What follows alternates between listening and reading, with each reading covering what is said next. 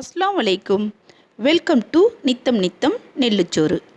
வாங்க இப்போ நம்ம சேனலில் கோவப்பழ தொக்கு எப்படி பண்ணுறதுன்னு பார்த்துடலாம். கோவக்காயில் கூட்டு பண்ணியிருப்போம், பொரியல் பண்ணியிருப்போம். அது என்ன கோவப்பழத்தில் தொக்குன்னு தானே பார்க்குறீங்க? ஆமாங்க, இது ஒரு டிஃப்ரெண்ட்டான டிஷ் தான். வாங்க எப்படி செய்கிறதுன்னு பார்த்துடலாம்.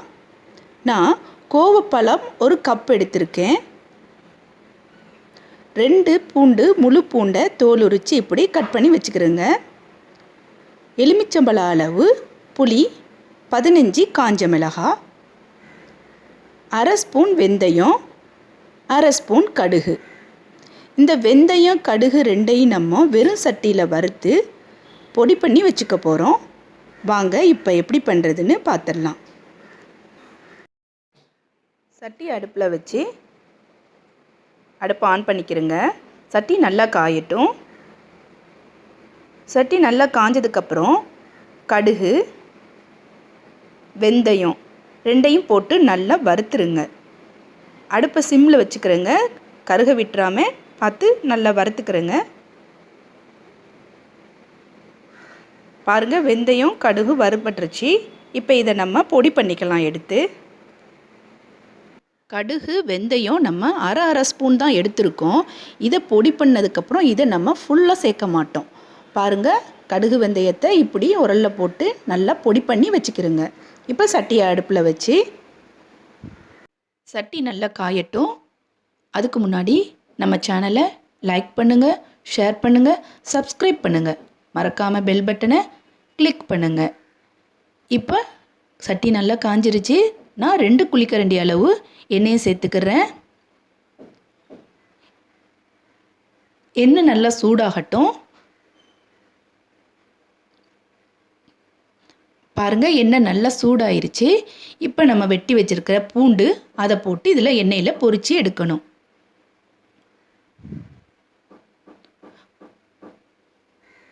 பூண்டை நல்லா பொன்னிறமாக வர்ற அளவுக்கு பொரிச்சிக்கிறோங்க. பச்சையாக எடுத்துடக்கூடாது. பச்சையாக எடுத்தால் அந்த பூண்டோட ஸ்மெல் அப்படியே நின்று தொக்கு நல்லா இருக்காது. அதனால் பூண்டை நல்லா பொன்னிறமாக பொரித்து அள்ளிக்கிறணும்.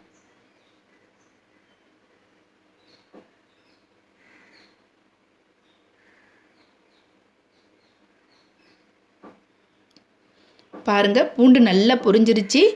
இப்போ இந்த பூண்டை நம்ம எடுத்துடலாம்.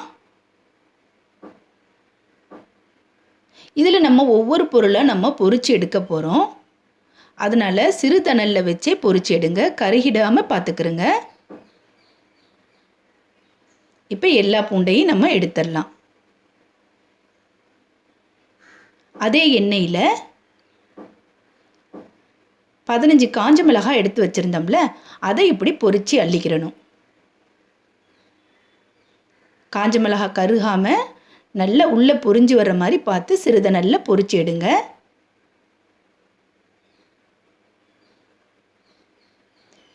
இப்போ காஞ்ச மிளகாய் நல்லா பொரிஞ்சிருச்சு. இப்போ நம்ம காஞ்ச மிளகாயை எடுத்துடலாம்.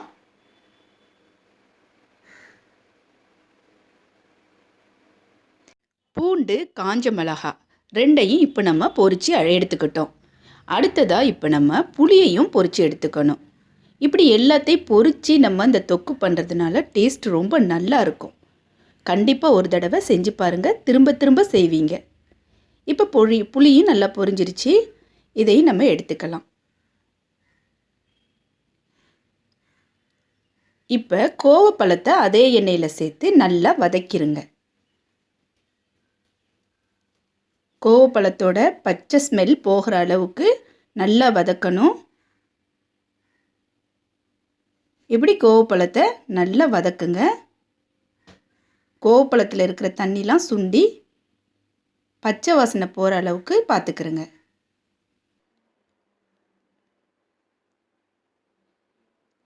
இப்படி கோவப்பழத்தை நல்லா வதக்கிடணும்.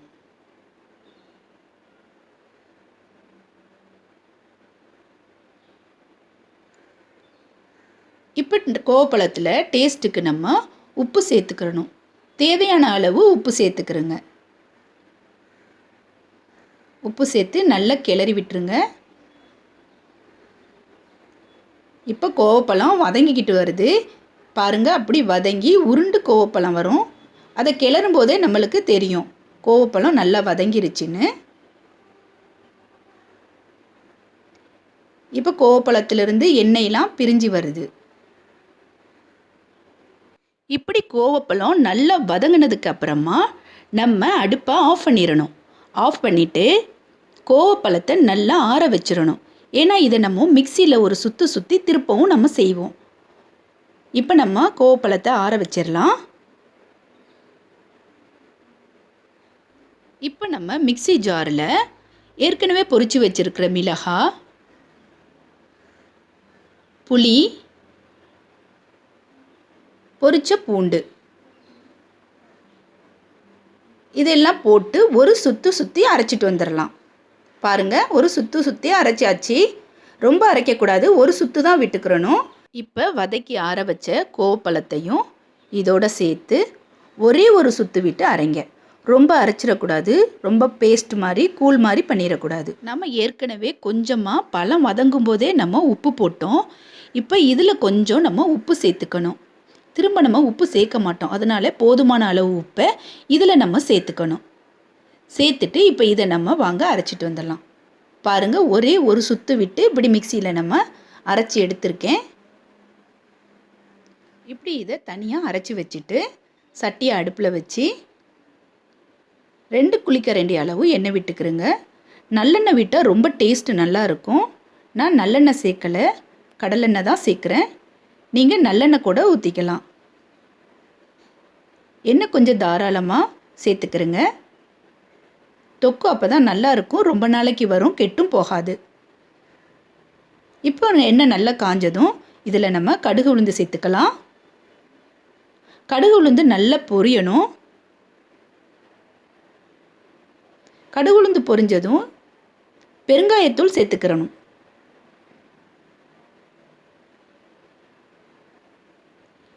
இப்போ நம்ம ஏற்கனவே அரைச்சி வச்சுருக்க இந்த கோவப்பழத்தொக்கை இந்த எண்ணெயில் போட்டு நல்லா வதக்கணும்.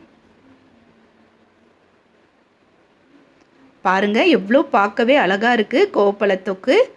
டேஸ்ட்டும் ரொம்ப அட்டகாசமாக இருக்கும். கண்டிப்பாக செஞ்சு பாருங்கள். இப்போ இதை நல்லா கிளறி விட்டுருங்க.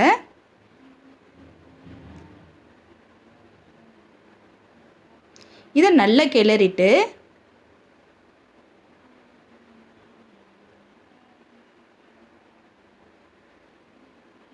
எண்ணெயெலாம் எவ்வளோ அழகாக பிரிஞ்சு வருது பாருங்கள். இப்போ இந்த டைமில் நம்ம கொஞ்சமாக மஞ்சத்தூள், ஒரு 1/4 டீஸ்பூன் அளவு மஞ்சத்தூள் சேர்த்துக்கிறோங்க.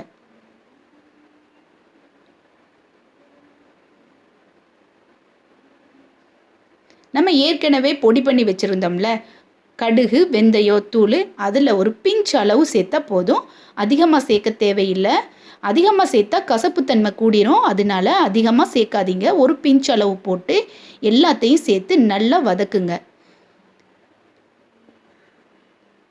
இந்த கடுகு வெந்தயப்பொடி சேர்க்கறதுனால ஒரு ஸ்மெல்லும் ஒரு விதமான டேஸ்ட்டும் கொடுக்கும். ரொம்ப நல்லா இருக்கும். செஞ்சு பாருங்கள், கண்டிப்பாக செஞ்சு பாருங்கள். இந்த தொக்கு சப்பாத்தி, இட்லி, தோசை, இன்னும் மெயினாக தயிர் சாதத்து கூட சேர்த்து சாப்பிட ரொம்ப நல்லாயிருக்கும். இதை ஸ்டோர் பண்ணி வச்சு நம்ம சாப்பிடலாம். சில டைம் நம்ம ஃப்ரிட்ஜில் கோவக்காயை வாங்கி வச்சுருப்போம், வச்சுட்டு மறந்துடுவோம். அதை என்ன பண்ணுறதுன்னு தெரியாமல் போயிடும். திருப்பி கீழே தான் போட வேண்டியது இருக்கும். அந்த மாதிரி சமயத்தில் கோவப்பழத்தை வேஸ்ட் பண்ணாமல் இப்படி தொக்கு கூட பண்ணி சாப்பிடலாம். பாருங்கள், எண்ணெயெலாம் பிரிஞ்சு எவ்வளோ அழகாக இருக்குது. ரொம்ப டேஸ்ட் நல்லா இருக்கும்.